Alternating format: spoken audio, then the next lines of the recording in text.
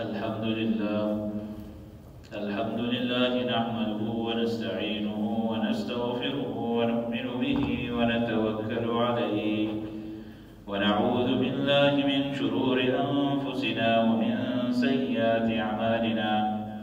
من يهده الله فلا مضل له ومن يضلله فلا هادي له ونشهد أن لا إله إلا الله وحده لا شريك له ونشهد أن سيدنا ومولانا محمدا عبده ورسوله أرسله بالحق بشيرا ونذيرا من يطع الله ورسوله فقد رشد ومن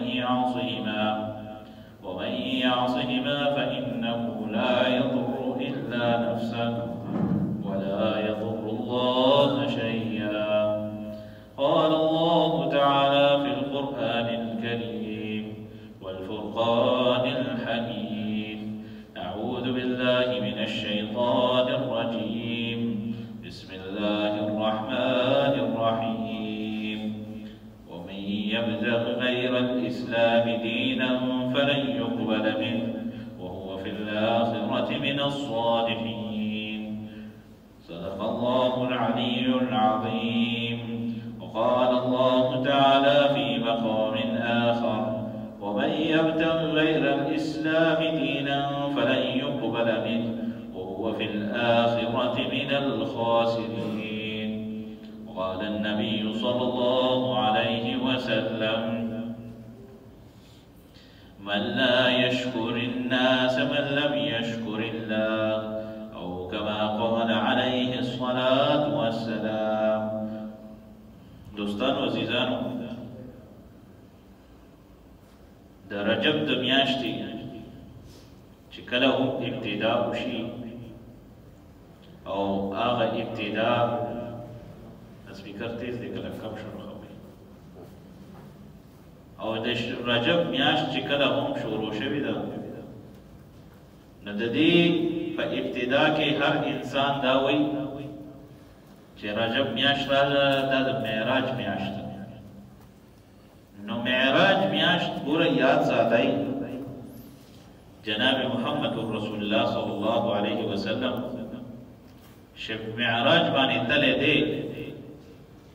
خو دا یقیني خبره دا نه ده چې دا په رجب کې تللی. روایاتو کې راځي چې جناب محمد رسول الله صلی الله علیه وسلم ربیع الاول په میاشت کې معراج ته تللی دی. بل روایت کې راځي چې د معراج میاشت شپه چې کومه ده جمادی الثاني کې ده. نو چې کله هم د رجب میاشت راشي په 27 رجب باندې یا 26 رجب باندې هغسې عبادات، هغسې نفلونه او هغه رنګې درجه ورته مسلمانان ورکړي چې کومه د شعبان د 15 شعبان شپه یا ورځ. نو هغه شعبان هغه شپې سره هغه ورځې سره د بارات شپې سره دی معراج شپه یو ځای برابر. دوستانو عزیزانو یاد ساتئ که دا د فضیلت شپه وه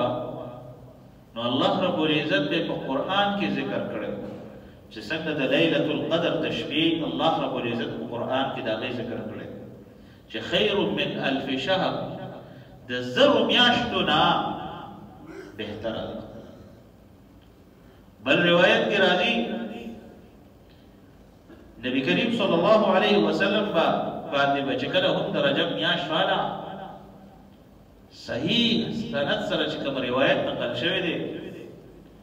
نبی کریم صلی الله علیه وسلم به څه چل کو؟ دعا به کوله او دا دعا به کوله: اللهم بارک لنا رجب، اللهم بارک لنا رجب وشعبان وبلغنا رمضان. پروردگار د رجب میاشت د شعبان میاشت راته مبارک وګرځې او روجي میاشت ته ورسې. جناب محمد رسول الله صلی الله علیه وسلم د رجب د میاشتې نور سنت اعمال داري چې د نبی کریم صلی الله علیه وسلم نه دغه هم یو روایت مقبول او دغه دعا به کوله او دا سنت چاته په پښتو کې او عربی کې نور سي پښتو کې دی وایي پروردګار رجب میاشت راته برکتی کی شعبان میاشت راته برکتی کی د رمضان میاشت مورس برکتونو والا میاشت دا دې نظر را کال الله سے په منډه تیری سو میاشت مخکې ما تراویو بیا دوستانو عزیزانو د نبی کریم صلی الله علیه وسلم په ژوند کې اتلس پیری رجب میاشت راغلی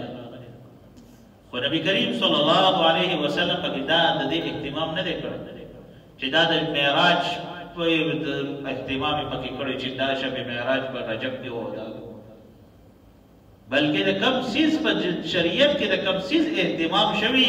هغه له چې توجه ورکې ان شاء الله عزیز کامیاب او کچری په دین کې ته نوې خبره راوباسي هغه ته ویل کېږي بدعت او كل بدعه ضلاله وكل ضلاله في النار ودین کې هر یو نوې سیس چې ایجاد کې هغه ته بدعت ویل کېږي او هر بدعت گمراهی ده او هر گمراهی به چرته وځي جهنم ته وځي دوستانو عزیزانو نبی کریم صلی الله علیه وسلم نے روایت تے من لم یشکر الناس لا یشکر الله چې کوم سړی د انسانانو شکریه نه ادا کوي د رب العالمین شکریه نشي ادا کولی چا د سر خیر کړي او نور هیڅ نه جزاک الله خیر قوت ویل شي الله رب العزت د انسان ته صبر او استقامت دا حواله کړی قرآن کریم کې ورته بیا واستعینوا بالصبر والصلاة دا الله رب العزت نه مدد وغواړه پس سره استقامت واستعینوا بالصبر والصلاة د صبر درې قسمه دي لومبه صبر عن المصيبة مصيبة تباني رامك صبر مكي عن الصبر عند صدمة الأولى لومبه صدمة زړه څنګه راورسېده یو واقعه راځي جناب محمد رسول الله صلی الله علیه وسلم په یو قبرستان باندې تیرېدو په لاره کې یو ښځه قبر ته جاړي او ورته یې وویل چې صبر وکړه نو یې ښځې ورته په جواب کې وي دا مصیبت په تا باندې نه دی ته په ما باندې څه کوې نبي علیه السلام ته لاړ شا طرف یو کس راغی زنانه ته وی تا ته پته ده چې دا تا ته چا ووي دا د الله رسول وي پیغمبر وي ښه وي زه خو په خپل غم او ما ته پته نه په منډه منډه لاړه نبي علیه الصلات وسلام په دربار کې وي پروردګار د الله رسول ما ته معافي نبی کریم صلی الله علیه وسلم تصور فرمایي الصبر عند صدمه الاولى بزما په صبر ته خزوي الله رسول صلی الله علیه وسلم تصور فرمایي په صبر لومبه صدمه دې زړه ته ورسي هغه ته صبر لومبه تکلیف دې ته ورسي هغه ته صبر دویم صبر الصبر عند المعصيه ګناهونه راشي ګناهونه د نکیږي ګناهونه نظام باندې کې پای باندې صبر دې ته صبر الصبر فنیکو باندې صبر کول الصبر عن الطاعة وإطاعت بان رب العالمين وإطاعت بان صبر کول صبر درې اقسام دي نن سبا چانه سپوزو کې لک صبر وکړه لک صبر وکړه عام خبره د صبر سره متعلق کړي وي جناب محمد رسول الله صلی الله علیه وسلم د امت ته کوم دین کړي ضرورونه پورې مو پای باندې پورې صحیح نه چي چانه تاسو کا تاسو ته کو په مسکي سور کا دي رکعاتونه ورته تاسو ته کو چې رکوع پکې فرض ده که واجب ده آی به وته پته نه څنګه خوف نن سبا حرفا مولانا کله میډیکل خبر ورته وکړي نن سبا به هر سړی ډاکټر شي کله قرات خبر ورته وکړي هر سړی به قاری وي مسالې خبره دی ورته وکړه هر سړی به عالم وي حرفا مولانا افسوس دا چې عمل نشته عمل کې کمزوري او دا کمزوري به په څه باندې وباسئ؟ په صبر باندې. د رب العالمین اطاعت باندې به صبر کوو. استقامت وایي قایمېدل، دوام باندې ځان ساتل. نو الله رب العزت به دې کامیاب او کامران لري. جناب محمد رسول الله صلی الله علیه وسلم چې کله د هغه ځای نه لاړو، صحابه کرام رضی الله عنهم اجمعین ته تاسو کو د الله رسوله په صبر باندې رب العالمین صبر کوي. نبی کریم صلی الله علیه وسلم ته فرمایي چې کله هم یو انسان باندې مصیبت راشي او هغه صبر وکړي، مصیبت پر راشي او هغه صبر وکړي، وی الله رب العزت وتا هغه جنت ورکوي چې کوم جنت رس طرفه فرشتي تیاری د دې انسان لپاره ولیکي زیبا شرایش پکې کوي لیکي تر هغه پوری دا فرشتي نه ودرېږي تر څو پوری د دې انسان مرګ نه راغلی. او چې کله د دې انسان د مرګ فیصله وشي هله فرشته سي ورته ودرېږي. دوستانو عزیزان، قرآن کریم کې راغی لقمان علیه السلام خپل زوی ته نصیحت کوي، یا بنی اقم الصلاة، اے زما زویا موږ قائم کا، وامر بالمعروف وانهى عن المنکر. دا امر بالمعروف څه ورته کوي؟ دعوت ورته خو خبرو طرف ته خلق راوړل، د بدو نه خلق مني. بل ځای ورته وایي ولا تصعر خدك للناس، چې څوک درته راشي مخ دې ماړه، مخ ته ځان سره مه جوړوه. اسی مثال درکو، د نن سبا خلک دې وټونو پسې ګرځي که نه، چې جان دوا سلام ارس بس لګیا یې منډې تړي، چې کله وټونو وګټي بیا څه چل کوي چې ورشي څوک یم تا خو زه نه پېژنم. دا د دنیا دا ده. داسې نصیحت حضرت لقمان علیه السلام خپل زوی ته کوي، ورته وایي چې الله رب العزت ته یو منصب درکړي، یو مقام درکړي، په هغه مقام باندې به ته خلکو ته صحیح ورته خوله نه جوړوې. ولا تصعر خدك للناس ولا تمشي في الارض مرحا. دا هغې عهدې د لاسه، د هغې منصب د لاسه ډېر په ځمکه باندې په اکړ سره مه ګرځه. انك لن تخرق الارض ولن تبلغ الجبال طولا. نه ته ځمکه شلولی شي نه دوره هېڅ چې سرونه دې غرونو سرونو سره وچتېږي هغې ته ورسي. دوستانو عزیزانو، عرض مې دا کولو چې الله رب العزت انسان پیدا کړی دی او دې انسان د رب العالمین د رحمت څادر ځان لاندې راولي، د رحمت لاندې ځان راولي. د رب العالمین اطاعت به کوي او د رب العالمین د اطاعت دپاره دا ضروري ده چې دی به د صبر او د استقامت نه کار اخلي. او که چېرې دی په صبر او په استقامت کې د رب العالمین سره ټوکې ټکالې کوي او خنداګانې کوي، نو بیا دی د خپل ځان د خپل ایمان تاوان دی. الله رب العزت د دې انسان ته وخت ورکړی دی، که په هغې وخت کې د ځان کامیاب نه کړو د رب العالمین په پکړ کې به راونیولی شي. د الله رب العزت یو ورا الورا ذات انسان ته یې وخت ورکړی دی، په هغې وخت کې په هغې نعمت کې دی شکر ادا نه کړي نو دی ناکام دی.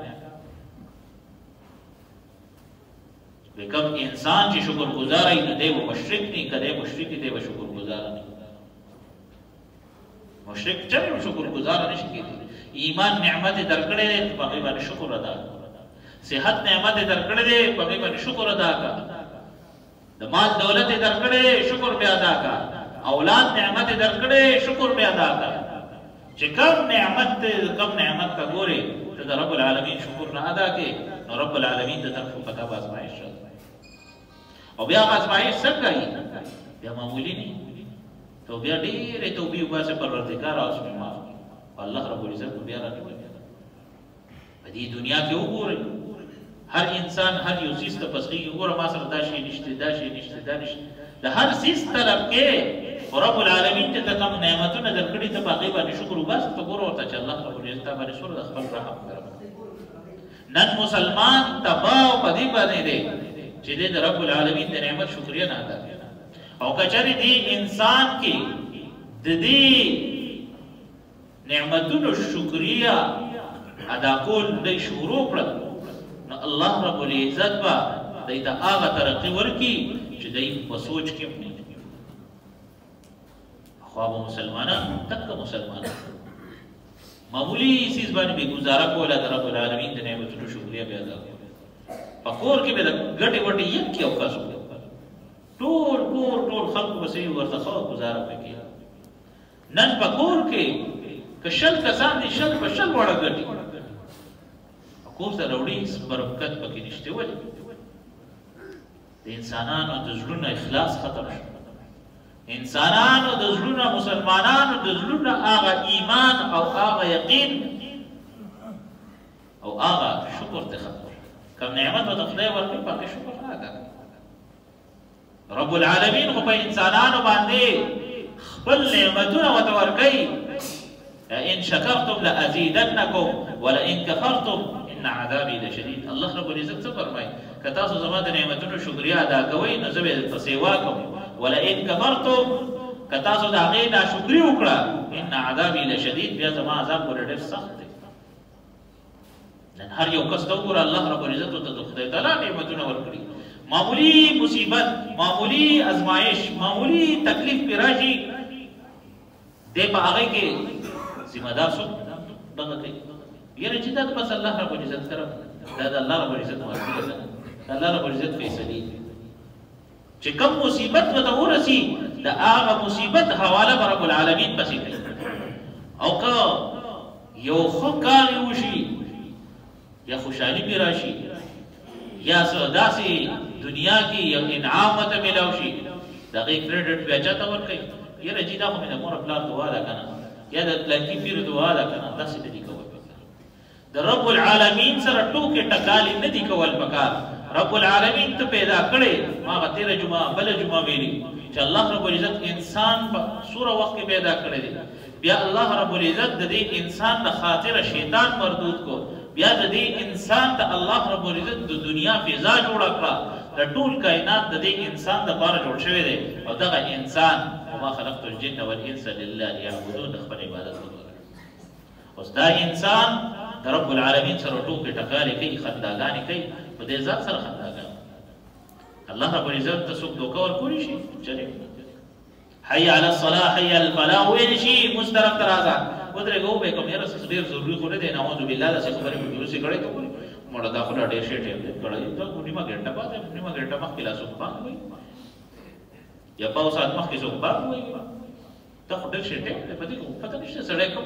ځای نه کوم ځای ته رسي مونځ به وشي یو مونځ به وشي دویم مونځ به وشي دریم مونځ به وشي ټول مونځونه وشي ماسخوتن مونځ څه چالو کېږي یعنې چې استاد چې څه کور کې ټول مونځونه کېږي زما داسې مجبوري ده که نه هلته کې یخې اوبه وي هلته مې اودس جذاب نه کېږي که نه ګرانې تکلیف یې راته دې مسلو نه تپوسونه لګوي دوستانو عزیزانو الله رب العزت ته وخت درکړی دی دغه وخت غنیمت وکړو او الله رب العزت ته صحت درکړی دی صحت غنیمت وکړو دنیا کې د ټولو نه غټ نعمتونه دوه دي یو صحت دی یو وخت دی که هغه صحت او هغه وخت باندې دا شکر ونه باسو هغه صحت به درم خدای والي او وخت چې د ختم شي بیا به ته ډېر وایي چې یا رب ارجعي الی ربک راضیة مرضیة پروردګاره واپس مې کړي دا به رضا یا انسان واپس کېدل نشته الله رب العزت موږ تاسو په دې باندې عمل کوو توفیق را نصیب کړي واخر دعوانا